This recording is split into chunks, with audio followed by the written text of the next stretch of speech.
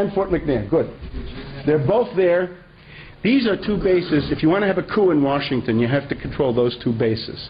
If you have any loyal divisions, loyal brigades, loyal regiments, you got to make sure they're there. So September 5th, U.S. Army bases start full access control. MPs check everybody coming in and going out. Apparently all Army bases. Why? What's going on? Terror alert? Maybe, but maybe more. Here's another one. Amalgam Warrior. These are all on 9/11. This is NORAD again. Live fly air defense, air intercept tracking surveillance. Now this is defending against strategic bombers. Stealth bombers, B-1s, maybe B-52s with F-18s. So there's another drill that's going on. Takes up planes. We've also got Atlantic City Air Force Base closed after 1997. In the middle of the emergency, somebody says, call Atlantic City Air Force Base and tell them to scramble fighters. And the answer is, no longer exists. Budget cuts. Andrews Air Force Base fighters have been sent to North Carolina. And Otis, this is Cape Cod, their fighters have been sent out over the Atlantic. So there's a general tendency to move all the assets as far away from the action as you can. Now this indicates, of course, that the command structure is full of complicit elements, or they have the upper hand at the moment. Here's yet another one. Crown Vigilance. This is an air combat command exercise. So this would be going on inside the committee room. Another one, Apollo Guardian. Now this is the Space Command.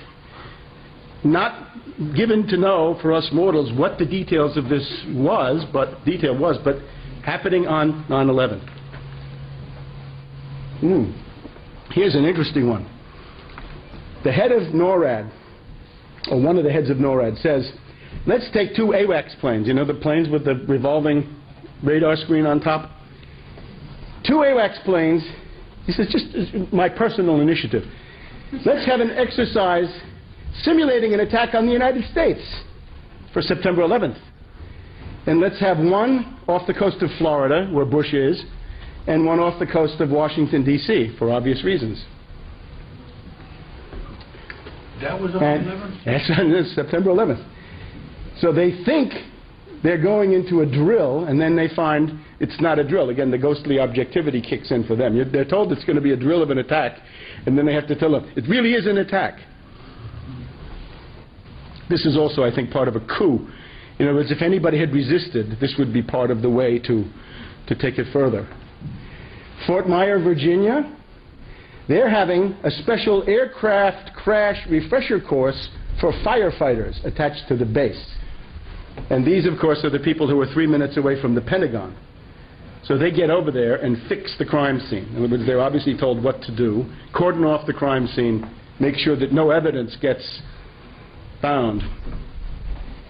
They're also doing a force protection exercise later in the week. They had prepared with a mass casualty drill, Port Belvoir, same area, July 2001. So it's all focusing, all honing in on 9/11. Here's another one. Fort Belvoir has a garrison-controlled exercise with emergency rescue techniques on September 11th. Well, where is the CIA, FBI, anti-terrorist task force? The special group that should be guarding against this kind of thing. They are on a training exercise in Monterey, California. So they've been sent about as far away as they could normally hope to get. And of course, here in New York, we have Giuliani in his self-serving book, Leadership, telling us about Tripod 2. It was already known in 2002. So this is biochemical attack and distribution of medication.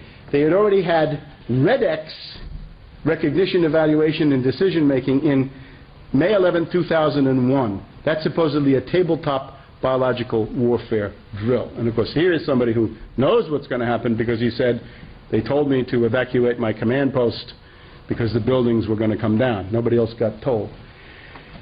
And also in your area, Fort Monmouth, New Jersey, Timely Alert 2, disaster drill to test emergency response capability. Morning of September 11th. And again, the ghostly objectivity. They're told it's happening, and then they pretend to be upset, and then they really are upset because it really is real. They had done the same thing a little bit earlier with a real bomb that turned out to be a training aid. This time the training aid turned out to be a real massacre. So look, you have the paralysis of air defense by sending the aircraft far away. You have fake radar blips to sow confusion. You have real aircraft and real drones to act out hijackings. And then we have the degrees of fidelity. The big thing is when the drill goes live, it becomes an actual terror event with only small changes. And there are multiple levels of dupes and witting, but this is only the beginning. Now, Amalgam Virgo 01 has always seemed to me to be one of the really interesting ones, because this is now multiple simultaneous hijackings, quite similar to what you saw. 401, now this was held, this is not the day of anymore. This is a couple of months in advance.